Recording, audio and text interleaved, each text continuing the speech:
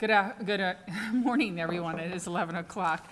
It is Monday, July 18th. This is a special school board meeting. This is for us to determine the trim notice, and this is a special called meeting, so a little different on our agenda. We are meeting the Joanna Edelet Junior Education Center, and I'll call this meeting to order at 11 o'clock. All right. We have two board members on teams, Dr. Jones and Mr. Barefoot. We have three members here, so we have a quorum. We're going to start with the Pledge of Allegiance. Please stand. I pledge allegiance to the flag of the United States of America, to the republic for which it stands, one nation, under God, indivisible, liberty and justice for all. I know, that was hard. All right. Thank you all.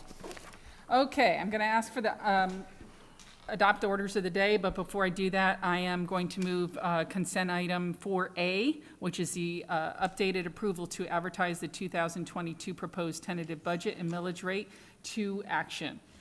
Board members, are there any other items that you would like to move? Yes, the personnel recommendations, please. Okay. What item number is that? 5A. 5A.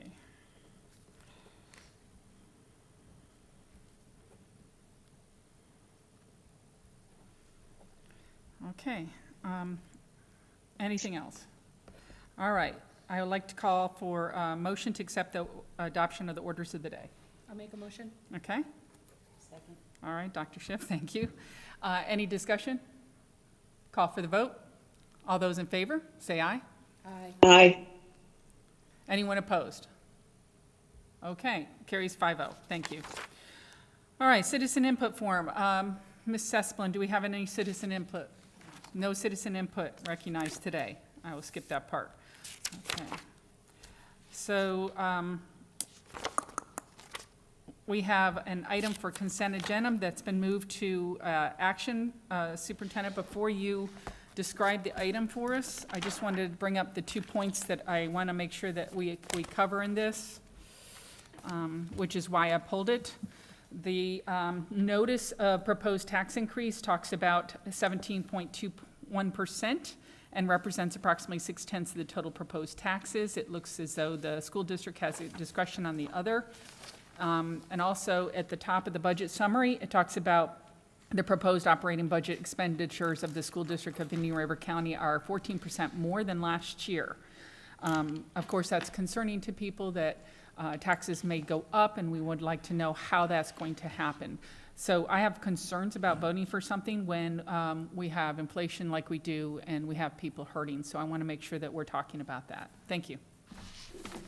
Thank you, Madam Chair. Mr. Fagan will be able to address both those points in which you just made during his review of his item. To the Chair, thanks, Dr. Moore. Before I get started, I just want to acknowledge Director of Finance, Ms. Kim Coltman, who sits behind me. The other team members will be here at the next meeting, but I just want to acknowledge her hard work and dedication. If it wasn't for her, I nor we would be here today. To the 2 points raised by the Chair, there's 2 calculations in the documents that you have for you today. Before I get into those calculations, let me just highlight the 3-step process. Number 1, today you approve the agenda item to post the ads. The ads will be posted in Friday's TC Palm. After the ads are posted, you have a certain amount of days in which you must hold a meeting to approve the tentative budget, which is called the first public hearing. That is on the 25th. You approve the tentative millage rates, approve the tentative budget. Everything goes into the taxpayers, tax collector's office. Everything gets put in the trim notice, goes out to the world. Everybody knows what kind of taxes they're going to pay next year. Then in September, you have the final budget. And September 8th, that's where you approve the final one. Generally, all we're doing is closing out at the end of the year, finalizing the roll forward, minor budget adjustments, no change to millage rates, no change to taxes, other than if the rates change, as far as the property values. With regard to the 2 questions, 2 points the Chair asked, you have 2 calculations. One is on the tentative budget, and that's where it says 13 or 14%. What that is a calculation in the budget sheet that compares the operating budget today and the... Sorry. Yes, sir. We might have people listening or chiming in, at the end of this online. Am I on? Yeah. Okay. We might have people listening online later on. Do you mind mentioning the page number that you are on so that anyone who follows along later Yes, ma'am. can easily follow us? Thanks. Yes, ma'am, to the chair. On the Budget summary. budget summary, tentative budget on page 47 at the top, there's a percentage calculation. What that percentage calculation is, it takes the general budget and the federal budget, adds them together, and compares it to the prior year. When you do that, you're going to see about a $26 million change. That $26 million is equivalent to approximately 14% increase. And then you might say, well, what is the 14%? What is the $26 million? That is your ESSER money for ESSER 3. That is the balance that's rolled into the new year. You have to account for it somewhere. It is federal money, so it goes into the tentative budget. So that's not a tax increase. That's not taxing anybody. That's just us accounting for that $26 million. And when we report to the public, we're showing the tentative budget. This is my general money, which is approximately $178 million. Compared to the prior year, it was $177 million. So it only went up $1 million budget to budget. The federal, you had to account for ESSER 3, the balance. There's your 14%. Has no impact on taxes. It's just accounting for the money. Second item, 17% that is listed on one of the trim ads, which is called Notice of Proposed Tax Increase. And it shows a calculation, and it shows 17.21%. In order to get to that story, to answer, I have to tell you a story. And that story is that the county sets their own millage. They determine their budget, they assess the millages, okay? Either based on their authorities, based on voter referendum, and et cetera. We don't have that authority. We are assessed by the state. The state says you will levy the required local effort, you will level the operating discretionary, you will level the capital. And of course, if you approve the discretionary operating, which we have the 0.5, you will levy that. We are not levying anything any more than what we are required to by the state of Florida in order to get your state money. If you don't levy the required local effort amount, you don't get $45 million from the state for all your FTE. So we're not doing anything that we're not required to do, and we're doing it either whatever word you want to use, the maximum or the minimum amount. We're not doing any more, and we're not doing any less. When you do that calculation and compare the taxes we're going to levy this year compared to the prior year, there is a big increase from $137 million to $168 million. You say, Ron, why is that so high? It's because of your $3.9 billion or 18% increase in property values. If you look at the price of homes in Indian River County year over the last 2 years, you have increased over 24%. The average house cost $145,000 more today than what it did last year. That assessed value gets increased as well. So we're levying whatever the state tells me. Even if the RL and everything was exactly the same, you still would see an increase because it's based on that property value. So that 17% is quasi being mandated by us. Now, you say, Ron, do you have any discretion over that? Well, that's the other part of the story. If you look on page 49 of the budget book, go down to the bottom where it shows lines 28, 29, 30, 31, and 32.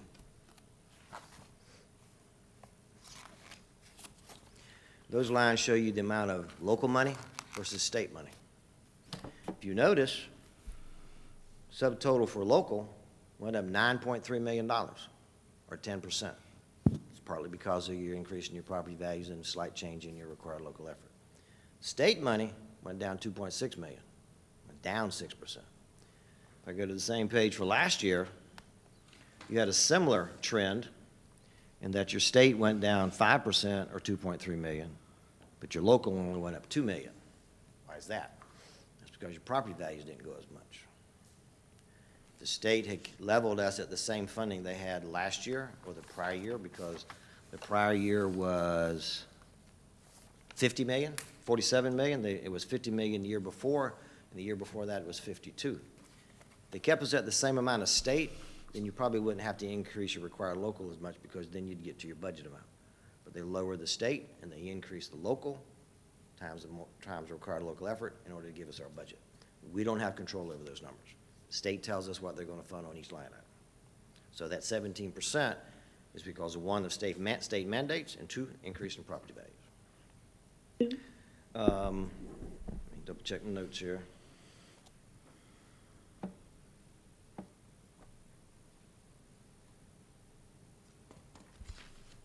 believe that's all I have. Thank you. Okay, the reason why I bring that up is I know today usually is just okay, we're here to approve advertising trim notices.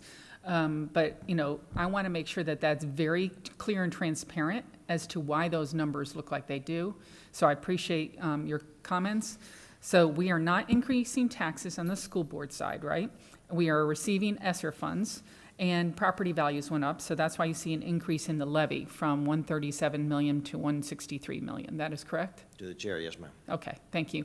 I wanted to make sure that's very, very clear because it, you know, some people have interpreted it as the school board's trying to raise taxes. So I want to make sure that that's not happening. That's Okay, correct. thank you. All right, board members, anybody would like to comment? Madam Chair? Yes, Dr. Jones. Thank you, Mr. Fagan, for that explanation. Can you do a calculation to show what the new tax rate would do to an average price home with homestead? I think that's a question a lot of people want to know when they get their tax bill. What kind of increase would that be for, and I don't know what an average price home is right now, but looking at 250,000 for the taxpayer. If we look at a $200,000 home, the increase in the millage would basically cost a homeowner $10. All right, that's all for that one right now, Ms. Barrymore. So Thank it's you. $10. Okay, Based on the increase in, now, if his property values went up, I can't account for that because I don't know where that's going to go. Right. But it was the same $200,000 home, year to year, the increase in the change in the millage is only $10. But Okay. if his assessed value goes up, I don't know where he lives or what that Right. would be.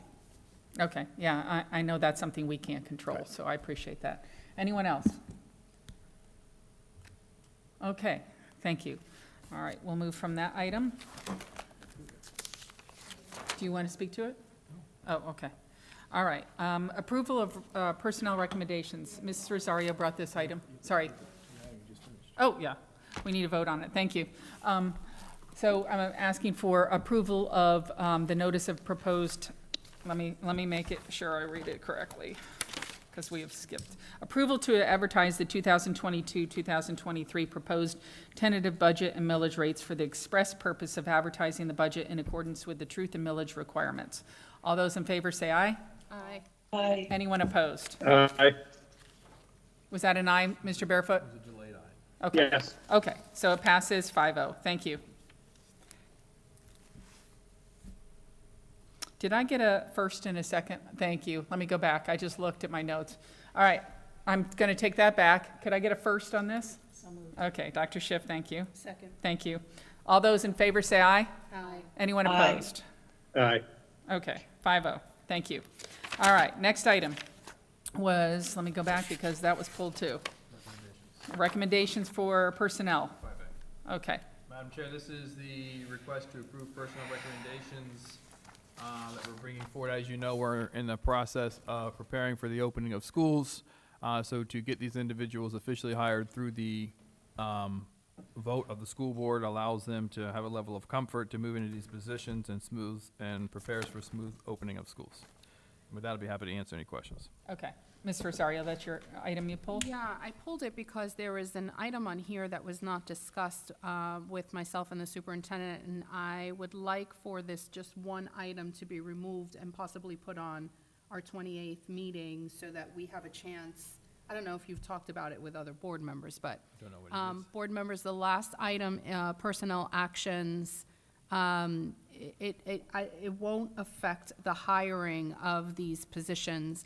It is a recommending that Jennifer Freeland be approved for a full-time release. So we have not had that discussion. I don't know the details about that. I'd like to have an opportunity to fully discuss this with you, Dr. Moore. And since it won't have an impact on the other hires for this, you know, for the opening of the school year, if you can remove that so we can talk about that on Thursday. I don't know if board members have questions about it, but that's my only request here. And then if need be, we can, you know, you can put it back on the 28th agenda. Okay, so I'm hearing, Ms. Rosario, did you want to make a motion? Yes, I make a motion to remove the very last section of personnel actions regarding Jennifer Freeland being approved for full-time release, to be then added to the agenda on the 28th. But, you know, pending discussion with the superintendent, further discussion with the superintendent. It's the 25th. The 25th, sorry, thank you. Okay, move to 25th. Okay. So we have a motion on the table. Any discussion? Oh, sorry, I need a second. I'll second it for discussion. All right.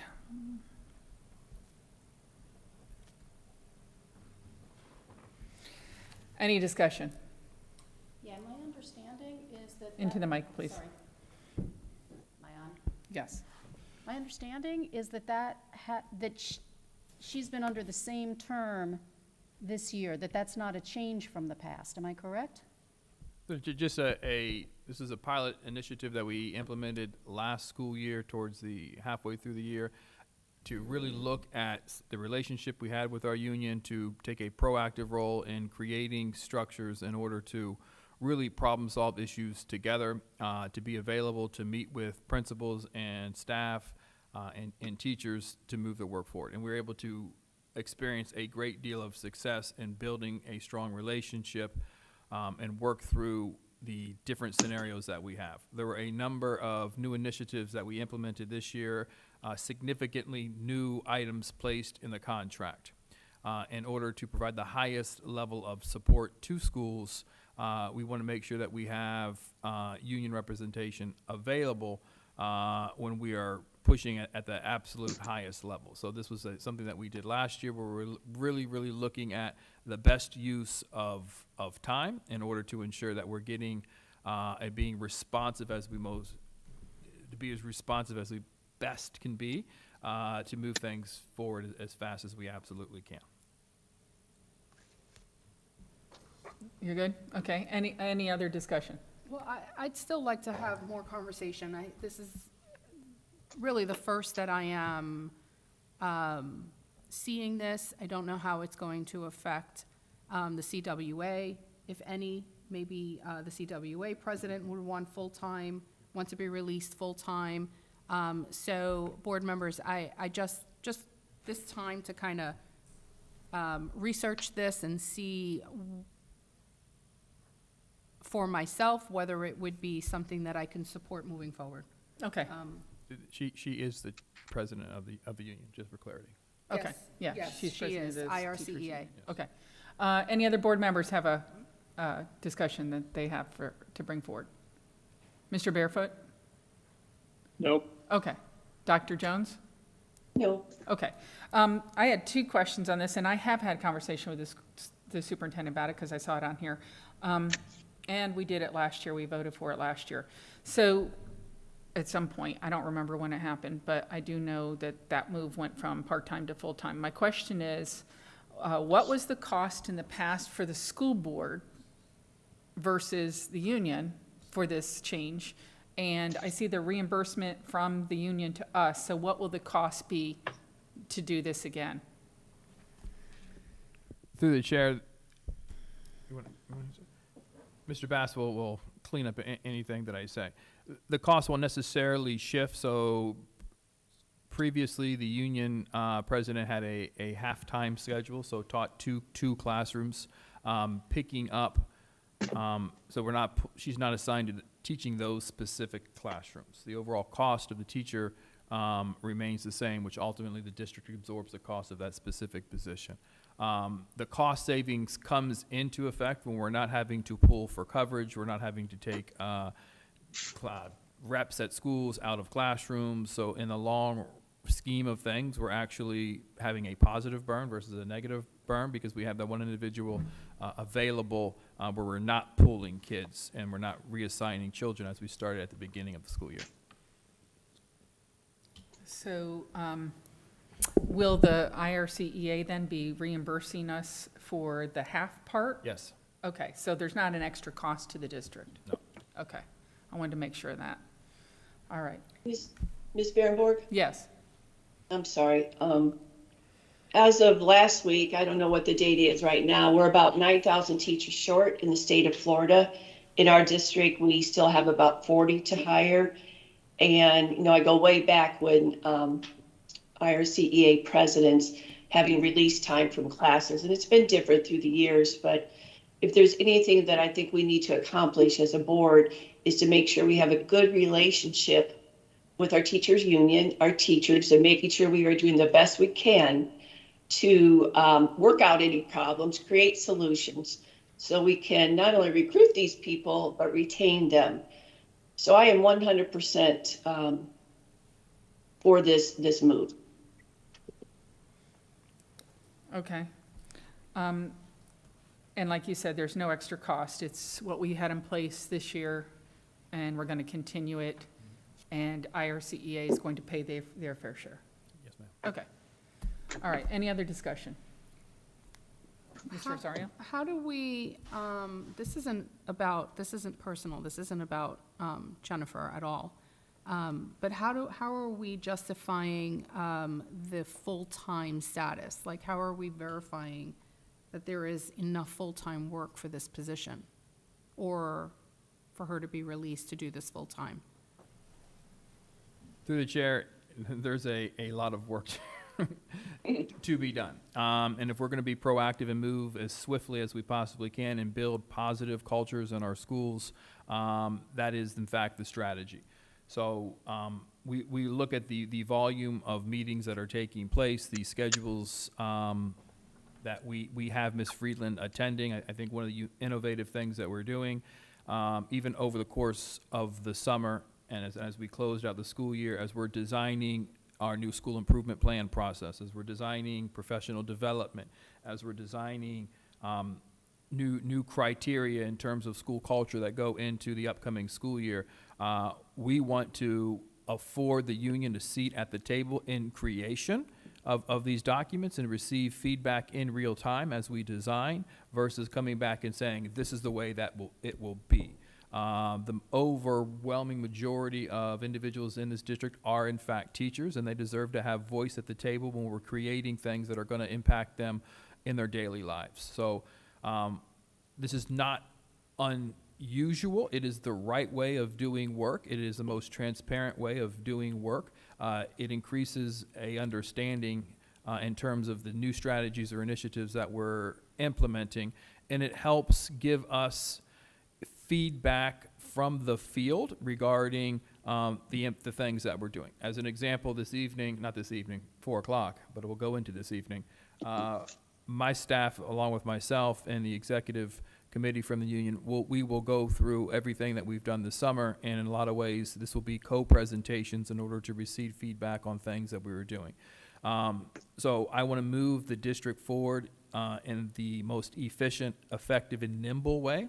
And constant conversation with our teachers is the most efficient and effective way to do this. So prior to doing this, to be very honest, I was struggling. The feedback that we were getting from the union wasn't, although it was efficient, truthful, and brutally truthful and honest, the ability to push back a meeting because of a personnel concern with a teacher out of school had to be pushed out 2 or 3 days because of availability.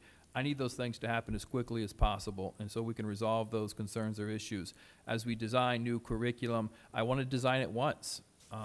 As we design things, having to design something, go back and get feedback, and going back to the drawing board isn't efficient. But having individuals available on the front end ensures that we're not wasting time. So the design it is to get feedback, constant feedback, and to ensure that the highest level of representation is taking place. Everything that we say that we're going to do as a district is being done. We're held accountable to upholding policy the way that we're supposed to be upholding policy, and I just think it's the most straightforward, transparent way to do this work.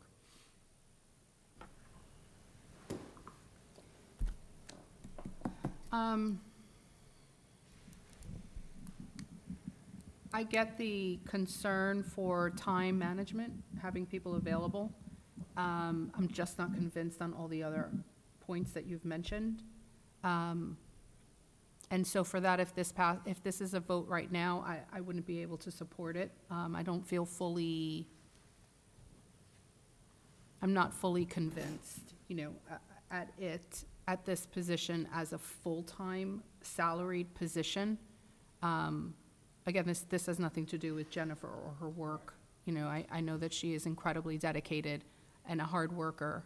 And this also has nothing to do with the support of the teachers. This has nothing to do with teachers having a voice or receiving teacher input at all. I'm just looking at it strictly from, I suppose, the human resources position, from the full-time position, and from the lack of information that I have with regard to the justification of this being a full-time salaried position. But, so I'll just leave my comments there. Okay, I have another question or comment. So in the past, our part of it, our half part of it was to pay for her to teach in the classroom, correct? Correct. Okay, and so this last year, our part of it paid for her to be at meetings or whatever else. Which is offset by substitute coverage. When we're building things in the past, we provide daily subs for teachers to come in and sit in specific meetings. So when you look at the overall cost savings in terms of substitutes and pulling teachers and the impact that has on our core work, which is teaching and learning, it more than justifies the position. Not to mention the efficiencies in terms of providing highest level of support and service to our teachers who ultimately educate our children. Okay, and so this action that you're asking for today, if it's delayed until the 25th, school doesn't start until August 10th. Teachers come back on the 30th? Is that correct? 30th? Yes. Okay, so this action could be taken on the 25th, correct? Through the chair, the item now belongs to the board. It can Right. be taken Oh, I'm whenever- saying it won't affect as much like classroom hiring or things. I think it wouldn't affect classroom hirings. It would be the creation of a schedule. It would create some inconsistencies in terms of messaging, in terms of building a rapport and being in service of our teachers. So my concern, if not improved, it just allows us to be bogged down versus moving at a very, very efficient and effective rate. I understand. I too would like more information. I am not saying that I wouldn't vote for it. I'm just saying I would like more information on this. Yeah, that's all I'm going to say, because we have a motion on the table now to move it to the 25th. So I'm going to call, let's see, we got a first and a second? To move this specific. Right, to move this specific item. Would you like to state exactly what you would like it to say?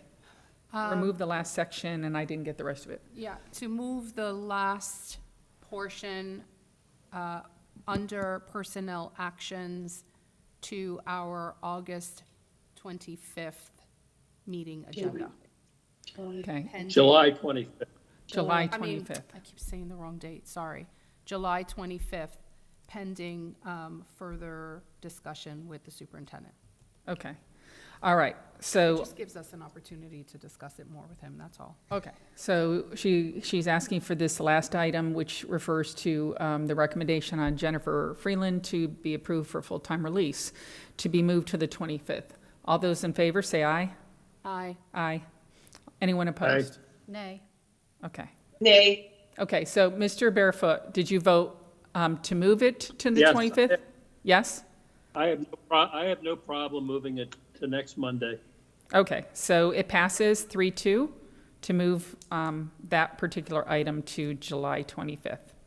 Can I just make a further comment? Sure.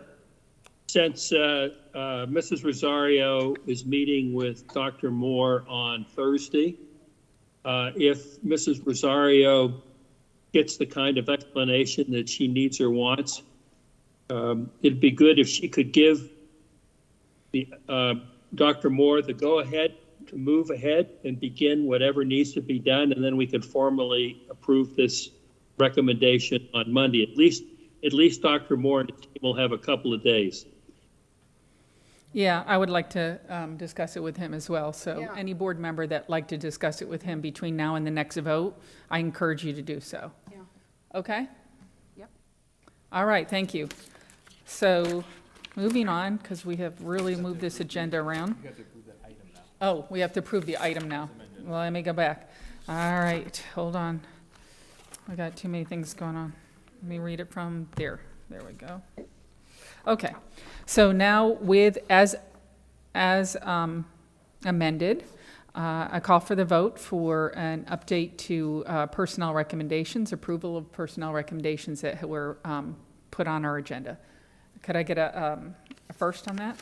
So moved. Second. Okay. Hold on, I gotta find the item. We only have two things, and we've already moved it all around. All right, there we go. As amended, though. Yes, as amended. Okay. So that is personnel recommendation as amended. We've got a first from Dr. Schiff and a second from Mrs. Rosario. All those in favor say aye. Aye. Aye. Anyone opposed? No. Okay, so 4-1, it passes.